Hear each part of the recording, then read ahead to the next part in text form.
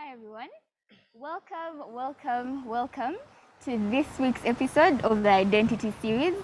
This is the first ever Youth Fireside Chat, and our topic for today is personal branding.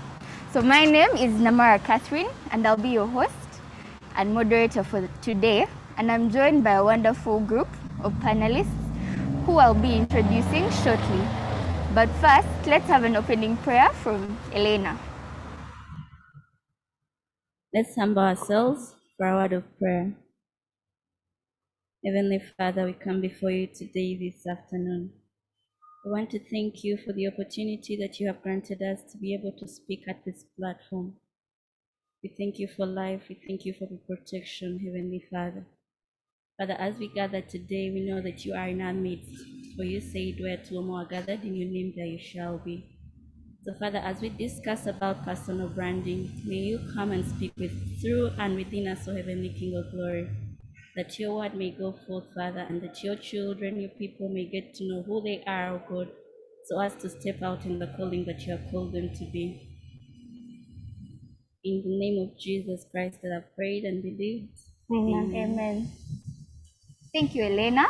So first off, for the introduction, the lovely lady that said the prayer for us is Miss Elena Migere, who is an artist.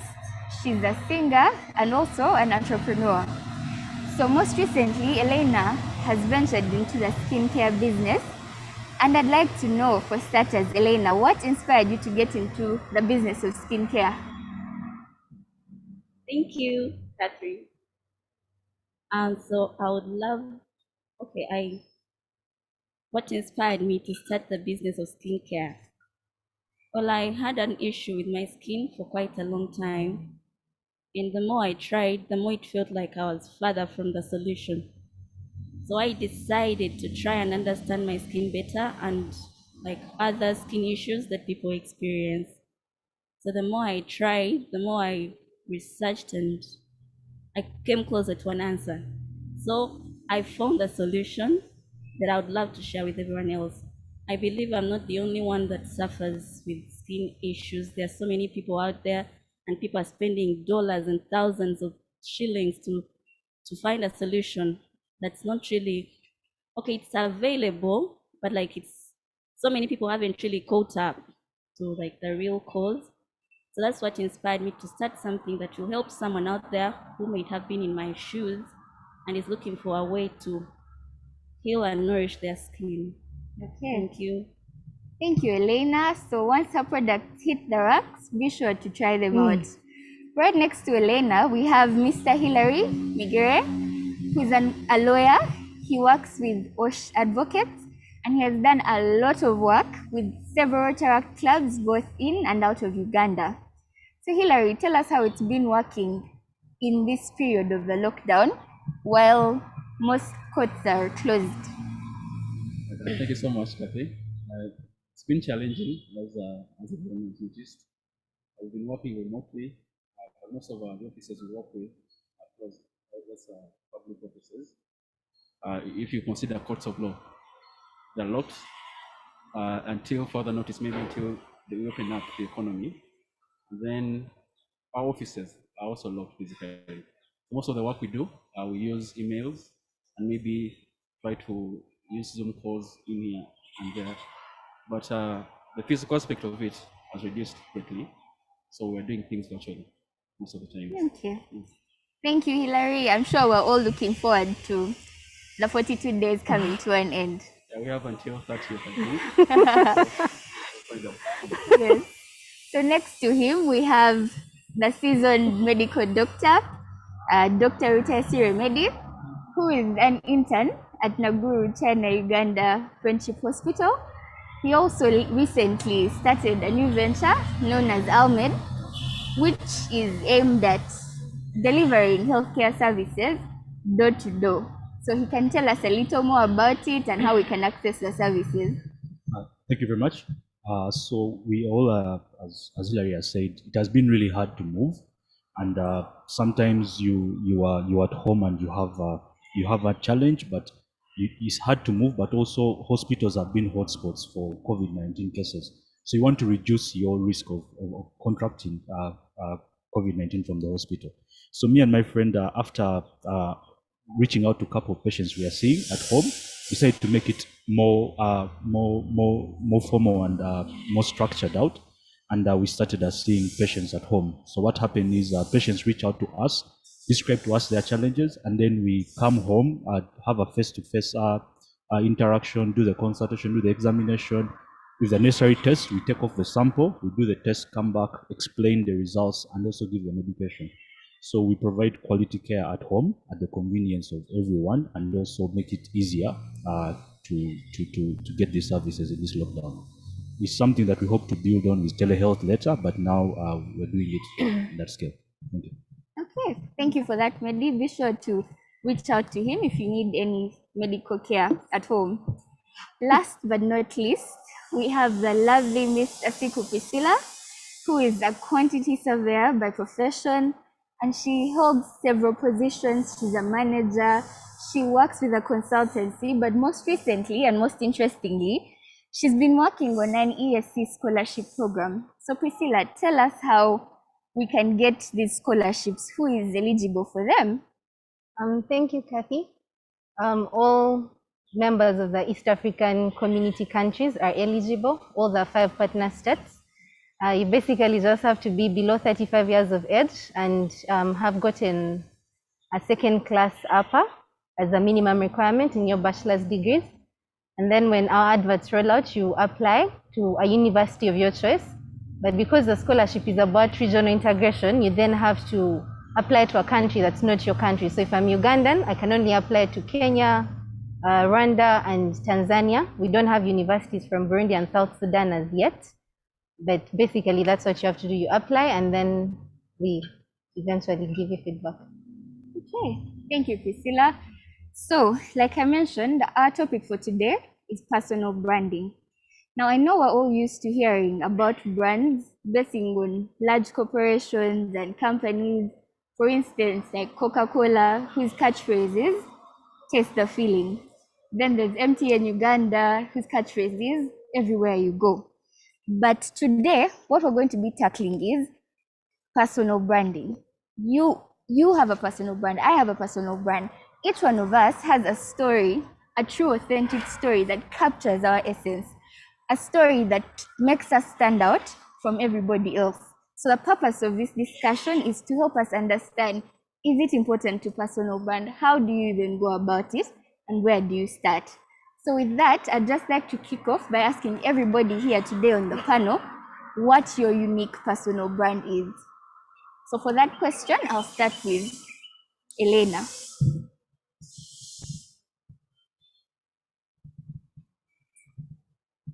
Thank you, Catherine.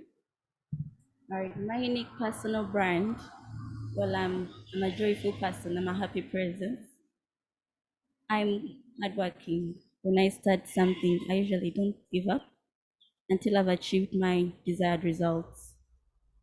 For my personal brand, I'll describe myself as a hardworking, God-fearing, cheerful individual. Yeah, I love art. I'm an artist. I love to sing. I love to write music. And I'm into skincare. So basically, that's Elena. Okay, thank you, Elena. Let's hear from Hillary. Thank you so much. Personal brand, what I've heard most people tell me about me is that I'm reliable, hardworking. I try to put my best foot forward in everything I do, and also kind and generous. So if I'm to sum it up, those are the things I would put to the front. Okay, thank you. That's my brand. Yes, Midi. Thank you. I would want to believe my personal brand currently is a young medical doctor who with skills and passion in data science, in AI and tech. Yes, so that is a niche I'm trying to put myself in, and that's how I brand myself. Okay. Thank you. Wonderful. Yes, Priscilla. As a person, I'm going to share things that have often come up when people are describing me. I think they're also true. I'm a hardworking person. I'm a person of excellence when I'm involved in things. If I have to do something, whether it's a project I'm managing or it's something as basic as arranging utensils in the house, I'm going to do it to perfection. But of course, there's a thin line between that being bad and good, but I know that I do excellent work. I also know I'm a people person. If you don't see me smile, then most likely there's something that's wrong with me. Yes. Okay, thank you, Priscilla. So you realize that as each of them has spoken, they've talked about things that people say about them and how different people describe them.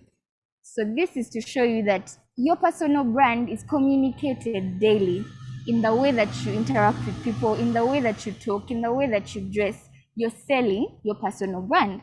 So I think it's very important to build your personal brand and have an excellent brand. So on that note, I'd like to know from Priscilla, how do you go about building a personal brand? Where do you start? I want to agree with Kathy that, a brand, it's not necessarily what you think about yourself. I might think I'm a very intelligent person, but then I may not be exhibiting, intelligence in the things that I'm doing. So it's not just about what you define, how you define yourself, but it's how you present yourself to the world and how people experience you. And it's not very hard because people might think now personal brand, I have to sit down and, do PowerPoint presentations and brand myself like big companies do, but it's really simple. I think for a start, you need to first ask yourself, you need to know yourself as a person, because I can't brand myself if I don't know myself, then I can't brand myself. So I'd say know yourself as a person, know the skills that you have. He said he's a medical doctor, and you see that he's working with something in that direction. He saw a problem that people are having difficulty accessing medical care. So he said, based on, what I do, my skill set, how can we reach these people and solve the problem? Yeah. When skincare products, she said, I have this problem, I have tried to solve it, it's been costly. And through that, she's, now established herself as that. So I'd say start by knowing what's your skill set, what are your values, and then it's also important to basically ask yourself, what's your current brand? Yeah.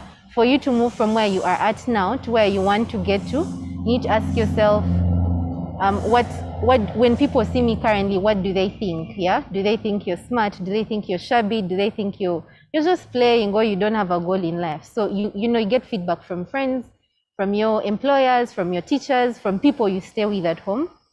And then from there, you can go to, now, what do I want to be known for? Yeah, I'm leaving the house this morning, I'm dressing up. What do I want to communicate?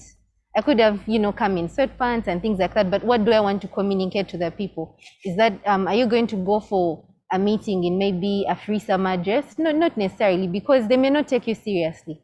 Yeah, just like if you wore a business suit to a swimming plan with your friends, now that's also odd. So ask yourself, what do I want to communicate? What do I want to portray? And then you go to, now what are the small things that I can do to get there? But also building a brand is a continuous thing. You don't wake up one day and say, this is where I'm at, this is where I want to get, and these are the things that are going to take me there. It's an everyday thing. Yeah. And also it's important to get feedback at the end of the day. She said she's a good singer, he's a lawyer, so you've just presented probably a plan to your client. Can you take the time to find out from your colleagues you went with, how did I do? Was I too loud? Did I argue too much instead of putting my point across? How do people experience you? And it's also important to know that whether you work on building a brand or not, you will have one. There's what people will know you by. So you can choose not to work on it and say, I'm not going to have a personal brand, but you have one whether you want it or not. There's, what people see when they look at you. Yeah, I think that. Okay, thank you, Priscilla. So while Priscilla was talking, she mentioned something I think is very important about personal branding being a continuous thing. I know for a fact that the person that you are today is not the same person that you were 5 years ago or 10 years ago or even before that. We keep evolving as human beings, and as you evolve, your brand changes. And you need to be aware that maybe in the last 5 years, you could have been selling a different brand, but now you're selling a different brand. When you were in high school, you were selling a particular brand. But in university, you're going to act differently. And as you go older, everything has to be tuned accordingly. So Elena, would you like to add to how exactly we can go about branding ourselves?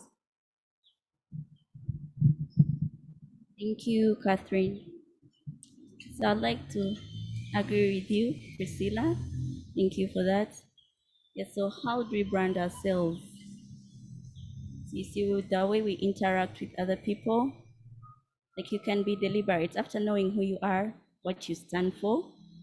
So you start branding yourself through your interaction with others. You can build an online presence, like to have visibility, so you can reach as many people as you can. You can build our brands through your networking. You can network, building an online presence through interactions. You can ask people sometimes what they think about you. Sometimes we can evaluate ourselves poorly. Actually, I was evaluating myself recently, and I didn't realize I was a cheerful presence. But like when I asked so many people, they're like, "Oh, this and this."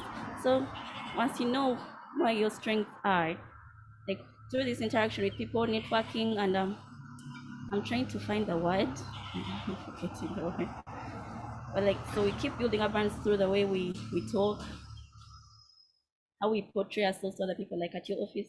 Like, because how do you talk to these people? Are you the same person when they're not seeing you? You have to you have to be consistent. You don't portray a different image and then in the back you're someone else, because someone is always watching. So whether you know it or not, someone is watching. So whether they're seeing you or not, you have to be the same person. You have to be consistent. You have to have values. You just don't go with anything. And you have to be patient. When you're building a brand, it's not going to happen overnight. Like, it's going to take time, and with that consistency, people will start to realize actually she is what she says she is. So that's what I think. That's how I think you can build your brand. Thank you. Thank you so much, Elena. Something you said actually stood out for me amongst the ways you can brand yourself, and that's having an online presence. So a while back, while I was at a conference about building self and image, we were all encouraged and advised to take time and Google ourselves. So, not being creepy or anything, but I took the liberty to Google each and every one of you. And my findings were that two people here with the largest digital footprint, if I can call it that, were Mehdi and Hillary. So I'd like to hear from Mehdi first of all. Do you think that, okay, we've already established that, yes, online is an important way to brand yourself, but would you say it was a deliberate act for you to have created, all that buzz about yourself, and how do you get to do it? Thank you. Initially, it wasn't deliberate. Initially, I was just going on and being myself, and then I realized I constantly met many people who would say, "I know you. I have seen you maybe on Twitter. Those days it was Facebook." Yes. So I noticed that many people, by the time they meet me, they have preconceived biases about me. Yeah.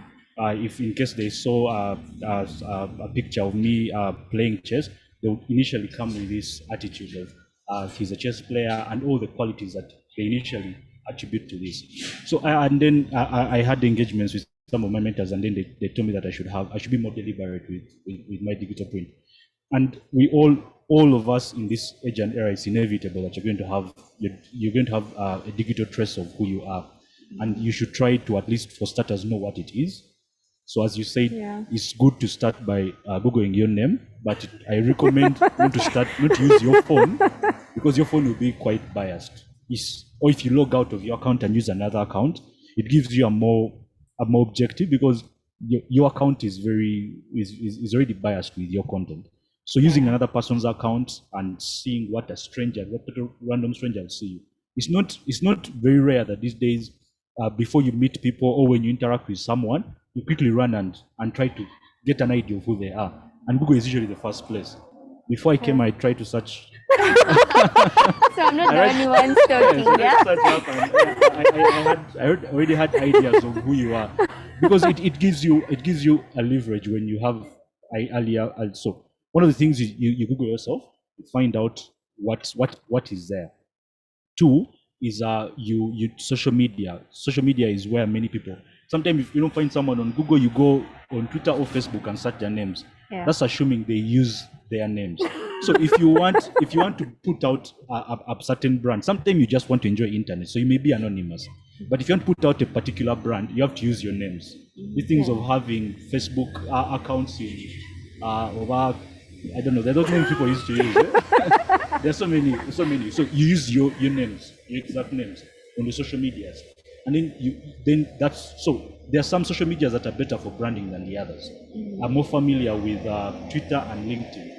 Yeah. There's a way they are set up that makes it easier to brand yourself. Yes. LinkedIn is more professional, initially meant to be an online CV. And for example, when I searched, I could see that she was a quantitator and what she has done and where she started from and what, you understand, the extra courses she has gone through. And that's important in professional circles. Twitter has the advantage of it lets you sometimes interact with people personally who you have never met, who may be in your niche. Others can be like Reddit or Quora because they have particular groups that are very specific on the subjects you're interested in. For example, if you're interested in data science, you subscribe to the subreddit for data science. You get constant feed, but also you can subscribe to newsletters and to get constant feed in that direction. The other is setting up Google Alerts. So Google Alerts can keep combing the whole network, and when they find something that you are interested in, they send you an email. Let's say my niche is skincare in Uganda. I put it in as my Google Alert. So information that has these keywords is sent to me because people that you keep up to date in your particular niche. And then the other things is to try as much as possible to stay consistent with your brand, not so consistent, rigid. If information comes and it's time to change, you do. Yeah. But don't jump on every topic. You understand? Yeah. I know it's a Twitter syndrome. People can seem like they jump on every topic. Yeah. If today are talking about feminism, he holds a space for feminism. And then today he switches to football, then he's on a space for football. It's good, but human mind works a way that it's easier to recall when someone is consistent on something. Yeah. Because if I know you as everything, it's hard to place you somewhere. But if you're a bit consistent and there are apps that can let you be consistent on some topics. Like, for example, if you want to schedule your tweets or schedule your Facebook or integrate all the social media, so that you put out one post, but also view the analytics of the engagement with that post. There are quite a many you can Google. They keep changing, but it's important that you stay a bit consistent with the content you put out. But then lastly is there's a saying that Yagari is of me. It's important that you support other people's brands, because they are the ones who also support you. Don't go there and it's all about you. If you know someone who is good at something, you should also support them so that they also increase, because they also bring in their influence. Then the very last one, it's important that you're good at what you're marketing. That's very important. Yeah. You can have a huge online investment and digital print that you're a medical doctor, and then one day they call you and you don't even know the basic thing. So the basics are important. You need, even if you don't have the most skills, you should generously invest in acquiring those skills, because there's a saying of the higher the monkey climbs, the more it exposes its buttocks. You can get yourself a huge social media following that you're a lawyer or you something, then you get one person and then he exposes you for all and it all comes. Yeah. Thank you. Okay, thank you, Mehdi. I really like what you said about consistency. So consistency is key. That was a message that came out prominently. So I'd like to hear from our other internet or social media celebrity, Hillary. So Hillary, for the person who is out there watching and thinking to themselves, I'm not already successful, but I want to build myself, I want to build my brand. How would you say they can make their personal brand stand out if they're not already successful like you? Thank you so much, Kathy. And I think some of the things you can do if you're trying to really create a brand for yourself. I'll go back to what has been discussed already with the panelists. The point of finding out who you are, first of all, then what you want to do, and taking steps towards achieving that. Maybe I can share a thing or two about what you can do, and I'll start with getting a role model. You can picture yourself. Let me say, if you're a young lawyer or a young medic, a young doctor, you can Google some of the dominant figures in that field that you'd love to emulate. Then you find out what they do. And you imitate and add your own personal touch to that, because there's a danger of copying too much and you end up sacrificing your own authenticity. So you need to make sure you bring your personality to whatever brand you're trying to create, and always keep it simple. And then besides getting a role model, you also need to do the online media advertising, as media has already discussed for us. You try to share content that portrays you as an expert in whatever field you're engaging in. You can do this through writing blogs, writing articles and sharing them. You can use LinkedIn, you can use Twitter, and any other social media outlet you can find. And lastly, networking.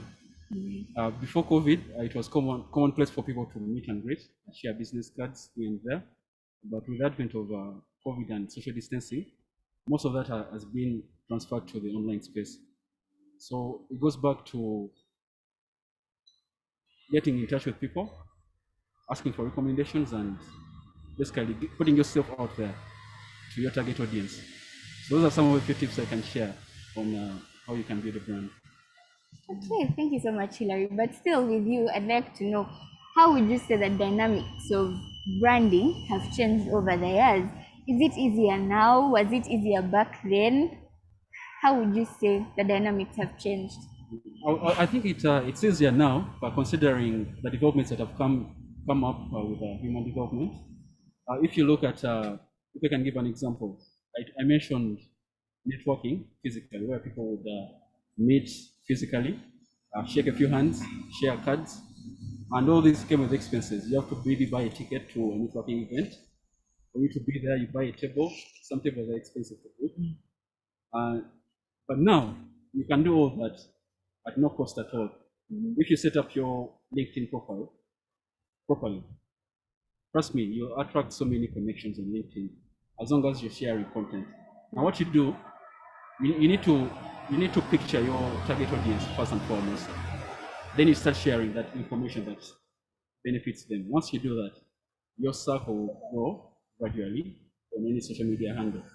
Now, what simplifies it is the fact that setting up a social media account comes at no cost at all. When you have to load data bundles, you set up your Twitter handle, you need a Facebook account, Snapchat, any you can think of. And the best thing you can do is to maybe focus on one at a time. You don't have to be dragged in all directions at any given point, because you end up doing so much at one point in that you won't focus on building one particular forum in any given moment. So in brief, I would say that the dynamics have been simplified. You can do brand development at any given moment. You look at resources like internet. There's so much information out there. If you need to learn about branding, you can just Google the topic. There will be so many links on how you can do that. And also there are tools on how you can monitor your brand growth. Google Trends, I think Reddit, among so many others. If you feed them with proper data, they can show you how you're performing in terms of growing the brand. This comes out more when it's a corporate branding, but with personal branding, I think you can incorporate some ideas from that. So I believe it's easier. The dynamics are easier today than they were back then. Okay, thank you so much for that elaborate answer, Hilary. Next, I'd like to hear from Priscilla. Why is it so important for us to brand ourselves? Okay, we've discussed how you can do it, but why is it important? Is it important anyway? We could be just here wasting time. I would say yes, it's important. Ideally, that's why you have companies paying lots of money to just get themselves to get their adverts out there on TV, on social media, they've told you can, choose to advertise. So companies are spending a lot of money advertising. You're watching a YouTube clip and then ads will pop up, people are buying spaces, billboards. Yeah. So if companies are investing that much in branding, then it must be important, even for us as individuals. Why is it important? I think, first of all, I would start with it creates opportunity. I don't think the people that sat and said, let's have these, 5 people on this to discuss this particular topic on our program. I think that was because of the perception they have of us. I think it's because they've interacted with us long enough and they believe that, oh, these people have something to offer. So just like that, it creates opportunity. Medi shared something about you're able to interact with people you've never interacted with before. People meet you and recognize you. I'm not saying recognition is the benefit or the target, but there are benefits that come with that. You'll find that he might be in a queue waiting, and then, someone that really likes things he shares on social media will bump into him and say, hey, you're the one, pass. Something like that. But it can even be as big as they will look out for you and give you opportunity. There are people that, get jobs because of, how people perceive them. I'll share with you, when we're hiring at my company, this is general knowledge. When we're hiring, we will actually take the time to search your name on Facebook and various social media platforms to see what is that you're portraying. Yeah. So you can either get a job or not get it based on that. And then for people that are in business, it basically gives you opportunity. The difference between whether or not I give you this job or this project might just be the experience I've had with you. And it may not even be about, I might give you the job because I've heard about you and they've said you are good, you are excellent for the opportunity. But it can also be in real time, like Elena shared. It's about how people are experiencing you. I've come to buy something from you. I'm asking you, does this work for my skin? What's the alternative? And things like that. If you speak to me rudely, I know I'm guilty of it. If you speak to me a certain way, I can actually decide to go to a different salon or a different shop. In the supermarket, I can decide to go to a different tailor just because you've been rude. And it determines whether I'm going to come back to your place or not. So it says a lot. But also at the end of the day, we're all human. Be nice to each other. So your brand is not just about, it does not just help you get to places, but it also makes the world a better place for the people around you. There are certain people, even when it comes to family, there are certain people, if they tell you this person is coming to visit, somehow all of you just rearrange your schedules and say, we will not be home, we will stay in our rooms, or you start keeping away your things. Why? Because the brand that person portrays is that, they're not sociable, they're not people you want to be around. Yeah, so I would say those are some of the things that come up. And I also just wanted to add on something Hilary shared. Yes, branding has changed now. It's a lot easier, but as much as it's easier, it's also a bit more tricky, because now I don't have to physically have ever interacted with you or know someone that knows you to have an opinion about you. Yeah, I can just look up, your social media, or I can just, watch a video or a clip, or I can just see the things you post on your status and I form an opinion about you. So yes, it's a lot easier, but it also is a bit, I wouldn't say dangerous, but like now it exposes people more, because it's easy. You might tell your boss, I'd like leave because I am sick or I'm going to the village. And if you're not smart enough, you will, go for this trip and post pictures on your WhatsApp. And before you know it, you might block your boss, yes, but you post it and someone that knows your boss will take a screenshot and maybe post it out of, they're celebrating you, but then somehow your boss knows, you see. So it's easier now, but it's also a bit more tricky. Yeah, I'd say. Okay, thank you, Priscilla. So while Priscilla was talking, she talked about how branding opens doors for you. And Dr. Medi, I saw you shaking your head very vigorously. So is there a story behind that? Do you have an experience that you can share with us about how your personal branding opened doors for you? Yes, so many times. But we talk about the important doors. So you find that let me give you an example. There's a job I was doing that has the contract has just run out. But I met the person on LinkedIn. So the person read my profile on LinkedIn and saw this was a medical doctor who currently volunteering at Ministry of Health and has an inclination towards data. And then they sent me a message that we want to do something in this line, and at that time I wasn't very active in LinkedIn, so it took me some time to open my LinkedIn and see the message. When I saw it, I replied, and then there was an interview, and then that was the job.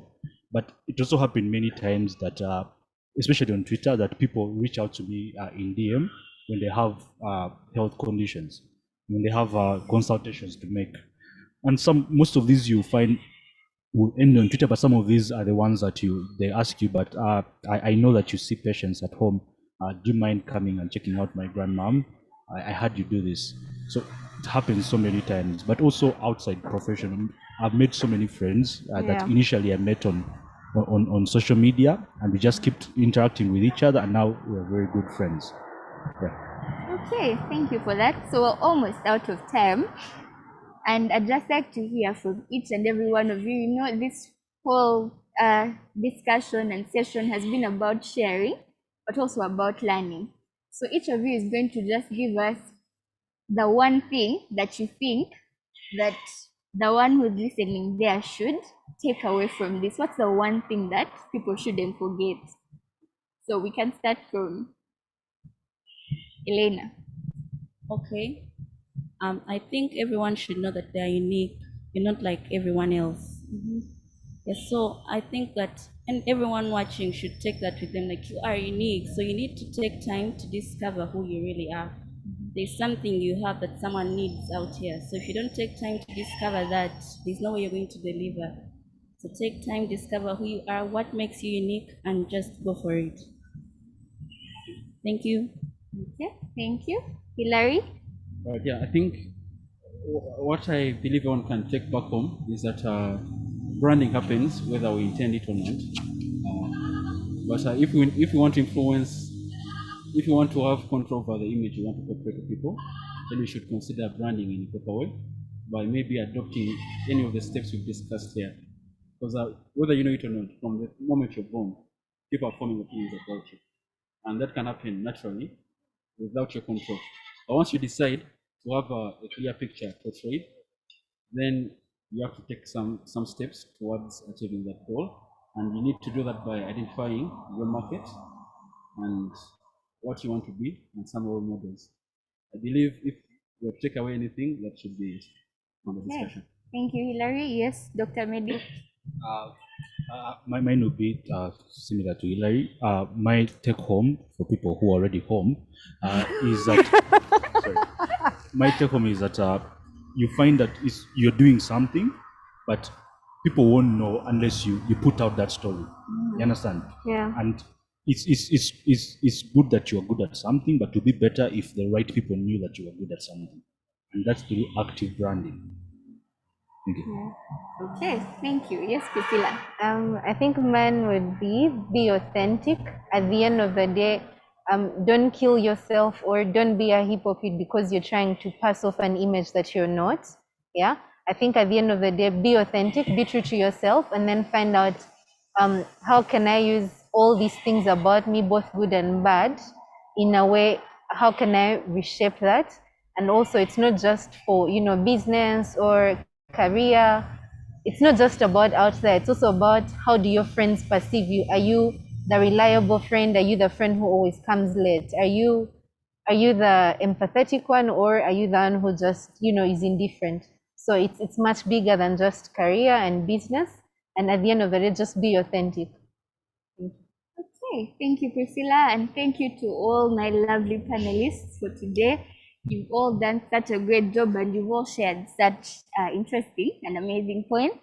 So for the person who is at home, always remember that these things that these people have told us, remember that building a brand takes time, it takes planning, and it takes deliberate effort.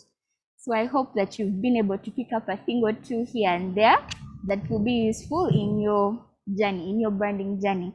And for those of you who have joined us for the first time, please remember to like the Online Church of Uganda to follow and subscribe the online Church of Uganda pages, both on YouTube and Twitter. Don't forget to drop a comment and tell us how best we can improve the programs, and tell us what you'd like to hear more about. Thank you. My name is Amara Catherine, and I've been your host and moderator.